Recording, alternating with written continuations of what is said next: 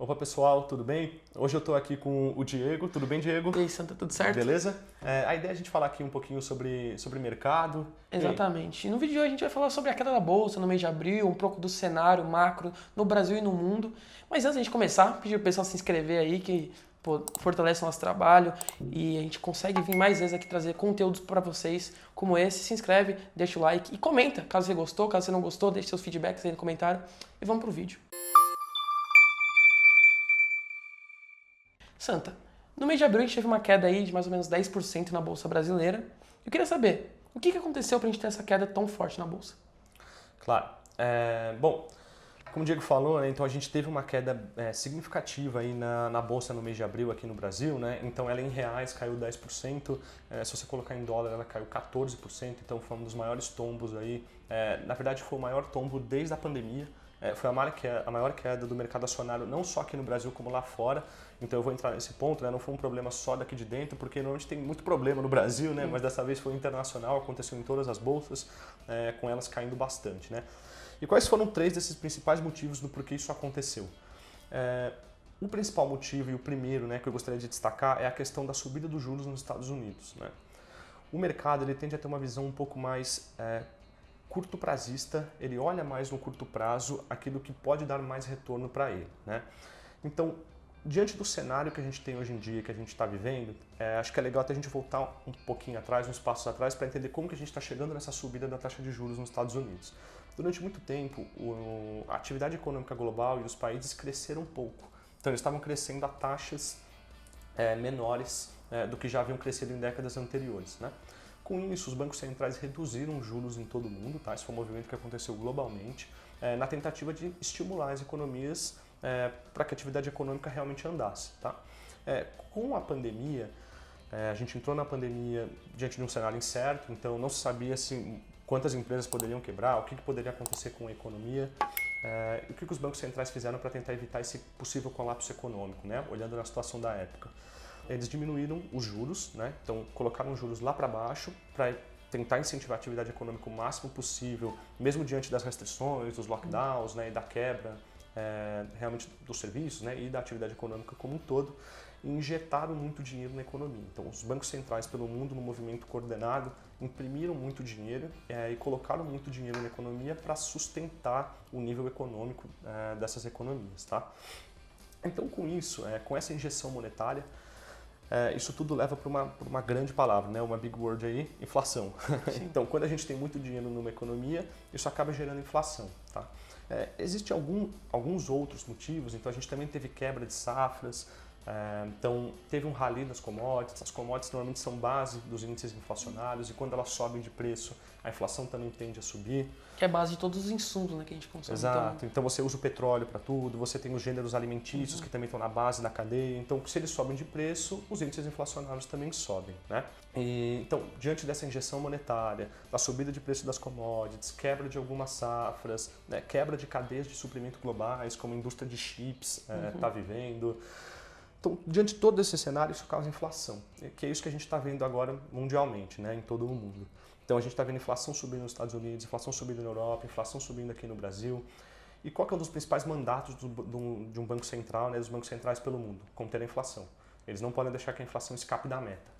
E o que eles fazem para poder conter essa inflação? Sobem os juros. Então, os juros é o preço do dinheiro, né? Então, se eu subo os juros, eu estou incentivando as pessoas a gastarem menos, a economizarem mais, né? Então, manter esse dinheiro mais guardado no banco, acruando a um juros maior. Então, você incentiva as pessoas a pouparem mais.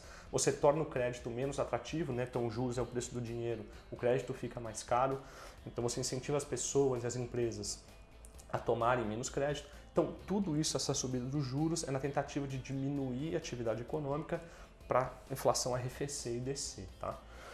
Então, é isso que a gente está vivendo hoje em dia. Por isso que aqui no Brasil a gente saiu de uma Selic de 2% no início do ano passado, em 2021, e já estamos numa Selic agora em 11%, 12%, 13% que a gente já está chegando agora, né? Então, com essa taxa de juros mais alta nos Estados Unidos, taxa de juros mais alta aqui no Brasil, o dinheiro no mundo ele é finito, né? De certa forma ele é finito e ele migra entre as classes de ativos. Então, se a gente tem uns juros americanos que está na iminência de subir, a gente tem o presidente do Fed, né, do Federal Reserve, que é o Banco Central americano, já sinalizando que vamos ter aumentos nas taxas de juros e talvez até mais do que o mercado estava precificando. Então o mercado já estava precificando 0,25%, né, 25 bips na primeira subida agora da taxa de juros. O mercado já precifica que vai ser 50, tá? Então ele já coloca que vai ser o dobro, na verdade, da subida para tentar conter essa inflação. Como eu falei, aqui no Brasil, taxa de juros mais alta, o dinheiro ele migra, então ele está numa renda variável, né, na bolsa, em que você tem um cenário inflacionário, você tem um cenário de atividade econômica mais baixa, então fica mais difícil para as empresas e para as ações. Esse dinheiro migra para a renda fixa, onde você consegue se proteger por um título pós-fixado, numa inflação, no CDI ou lá nos juros americanos. O dinheiro migra para essa classe de ativo. Tá? Então esse é um dos principais motivos, a subida da taxa de juros americana, que é a economia, né, a principal economia do mundo, a economia mais forte.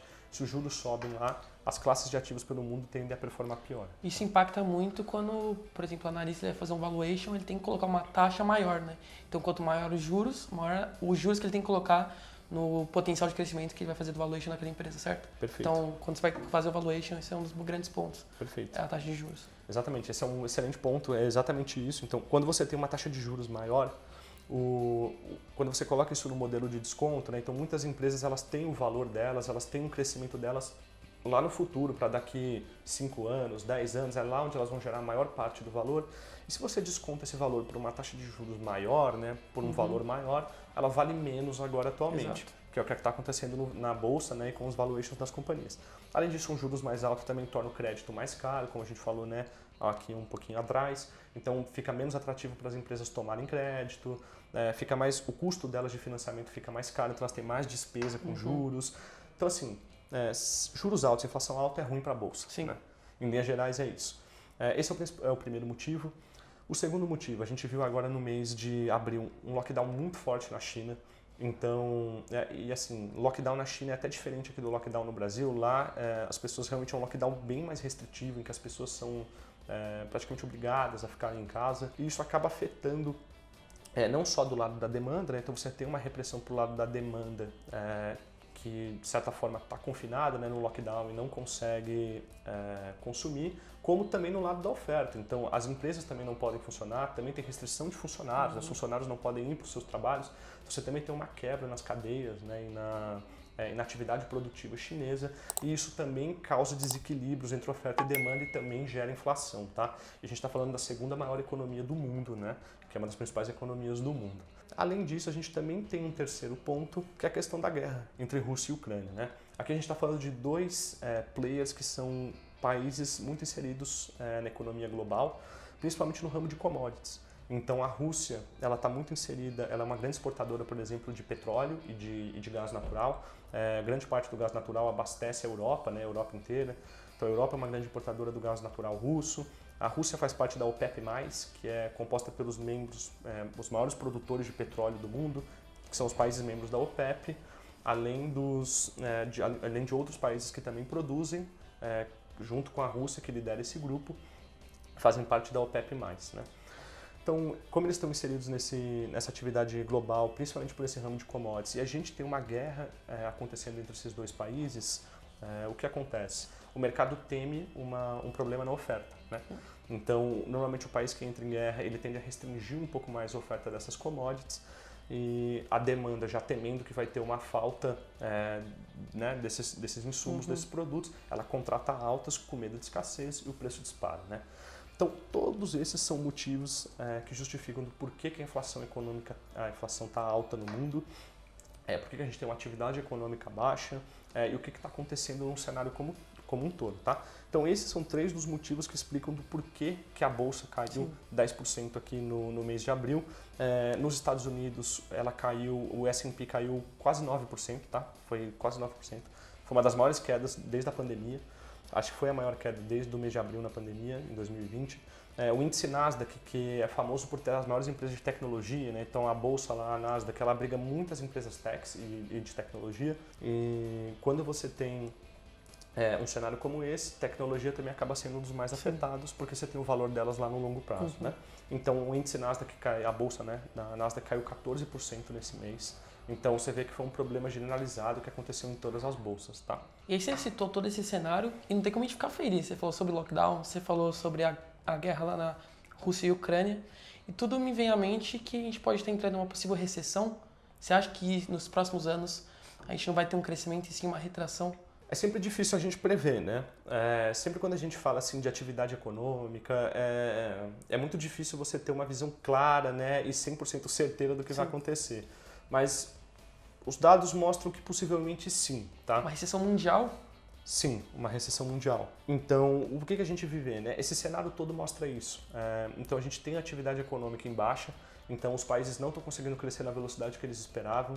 Os estímulos monetários, como a gente falou, estão empurrando a inflação muito para cima. Então, quando você tem uma atividade econômica muito em baixa e uma inflação para cima, a gente vive um cenário chamado estagflação, que é um cenário em que a atividade econômica não anda, né? As economias elas produzem menos ou não produzem, enquanto o nível de preços está alto. Então você corrói o poder de compra do trabalhador, as empresas perdem incentivo para produzir e isso tudo começa a configurar uma possível recessão econômica global, tá? Então pode ser que a gente esteja diante de um cenário em que a gente vai ter uma maior queda na atividade econômica em todo o mundo, tá? E aqui eu coloco Europa, Estados Unidos, América do Sul.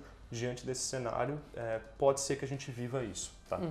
E diante desse cenário que você citou, esses 3 pontos sobre a recessão, acho que eu e o pessoal que está assistindo se pergunta, o que eu faço com o meu dinheiro? Se a gente vai ter uma recessão, possivelmente, que tudo indica, o que eu faço com o meu dinheiro? Eu coloco em bolsa? Vou para renda fixa? O que eu faço? Essa é uma boa pergunta. Como se posicionar diante de um cenário desse, né? Aqui é sempre interessante a gente entender que investimentos não é algo para o curto prazo, tá? Aqui na visão não só da Suno Asset, como na Suno como um todo, a gente entende que investimentos é sempre algo voltado para o longo prazo. E a gente tem que enxergar sempre o investimento não como algo para o que aconteceu no dia de hoje, o que aconteceu na semana passada, o que aconteceu no mês, o que vai acontecer no próximo mês, ou até no próximo ano, tá, pessoal? A gente tem que sempre olhar o longo prazo. Então, a gente está vivendo uma janela atualmente em que a inflação está alta, a atividade econômica está baixa, as empresas estão com menores incentivos para produzir, apesar dos resultados terem sido sólidos na maioria das companhias quando a gente fala do micro, né? Mas apesar desse macro mais desafiador, que leva muito dos investimentos para os juros, né, e para a renda fixa, então muitos dos investidores, para se proteger no curto prazo, vão para a renda fixa, a gente ainda acredita no poder do mercado acionário para geração de valor no longo prazo, tá? Então, quando você tem uma migração dos recursos e do dinheiro de uma classe de ativos como a bolsa para a renda fixa, isso abre um buraco na bolsa. Então, o dinheiro sai vendendo na bolsa, joga os preços lá para baixo, que é o que a gente está vendo. Então, o Ibovespa saiu de 130 mil pontos em julho de 2021 para na casa dos 100 aos 110 mil agora no começo do ano. Andou um pouquinho por causa do rally das commodities nesse primeiro trimestre. A bolsa agora já voltou de volta para a casa dos 100 aos 110 mil pontos com esse cenário macro mais desafiador. Então, como que você se posiciona diante disso tudo, né? Aproveite o momento em que os preços estão baixos para comprar os ativos baratos, né? Lógico que assim, numa bolsa barata existem ativos caros. Então você também tem que ter o trabalho de entender quais são os ativos que estão verdadeiramente baratos, entender se aquele ativo é bom. Não adianta comprar uma coisa só porque é barata. Às vezes ela pode estar barata por algum motivo, porque ele pode implícito no preço. Porque ele pode não ser tão bom. Então, assim, dentro de uma bolsa barata podem existir ativos caros e nem tudo que é barato é bom. Então, entender realmente, primeiro de tudo, o modelo de negócio das companhias. Sim. Então, qual é o modelo de negócio, como elas operam, que indústria que é essa, qual que é a sustentabilidade desse negócio no longo prazo, como ela gera valor. Isso tudo é fundamental para você entender o que a empresa vale. E a partir disso você consegue saber se ela está barata, se ela é boa ou se ela está cara e não é boa, tá? E você citou assim no começo que muitas empresas estão com resultados muito bons, só que a bolsa vem caindo por causa do macro. Isso seria uma oportunidade? Essas empresas que estão com resultado muito forte, só que não andaram, isso pode ser uma oportunidade de compra para essas empresas? A gente entende que sim, tá? Então, hoje na Suno Asset, aqui na Suno Gestora, a gente entende que sim. Atualmente, eu digo aqui, né, no ano agora, né, nesse período macro mais difícil, isso, como eu disse, né, abre uma brecha na bolsa, então abre um buraco, né, na bolsa em que você tem empresas muito boas que estão com valuations muito atrativos. Tá? Então essa migração dos recursos da renda variável para renda fixa ou para outras classes deixa muitas oportunidades. Tá? Então a gente tem hoje empresas que são muito boas, que têm modelos de negócio muito bons e que estão com valuations muito atrativos como a gente não via há muito tempo. Tá? Então mesmo diante do corona, quando a gente ainda tinha um cenário incerto, na crise brasileira em 2015 e 2016, 2008, a crise dos tigres asiáticos lá em 97, já voltando mais de 20 anos aí no passado, mas diante de todos esses cenários, hoje a gente está vivendo nos cenários de bolsa, no nosso entendimento aqui da Suno Asset, de valuation mais atrativo. Tá? Então é isso, assim, congregando as duas respostas, como me posicionar? A gente entende que o poder do mercado acionário está no longo prazo, ele tem capacidade de gerar mais valor no longo prazo, justamente porque ações nada mais são do que pedaços de companhias. E as companhias estão aqui na economia real e elas geram valor. Você só tem que entender qual é a boa companhia que gera valor, né, para evitar cair em algumas armadilhas. E se posicionar, no nosso entendimento, nessas companhias com poder de crescimento e de geração de valor. Tá? E é isso, e a gente entende então que sim, há muitas boas oportunidades na bolsa hoje, companhias que são muito boas e que têm um valuation atrativo, tá? Isso É que a só gente entender o modelo de negócio, estudar muito bem a companhia. Exato. E como o Santa disse, tem que entender muito bem. A gente preparou um e-book aqui embaixo, um estudo de como você pode analisar uma ação com todos os pontos que o Santa falou. Então, acho muito importante, é de graça. Tá aqui no link da descrição, só pegar e baixar. Então, muito obrigado, Santa. Valeu aí. Se você gostou, deixa aquele like, se inscreve no canal e deixa seu feedback aí embaixo, para caso se você queira que a gente volta com novos conteúdos como esse. Um abraço. Valeu.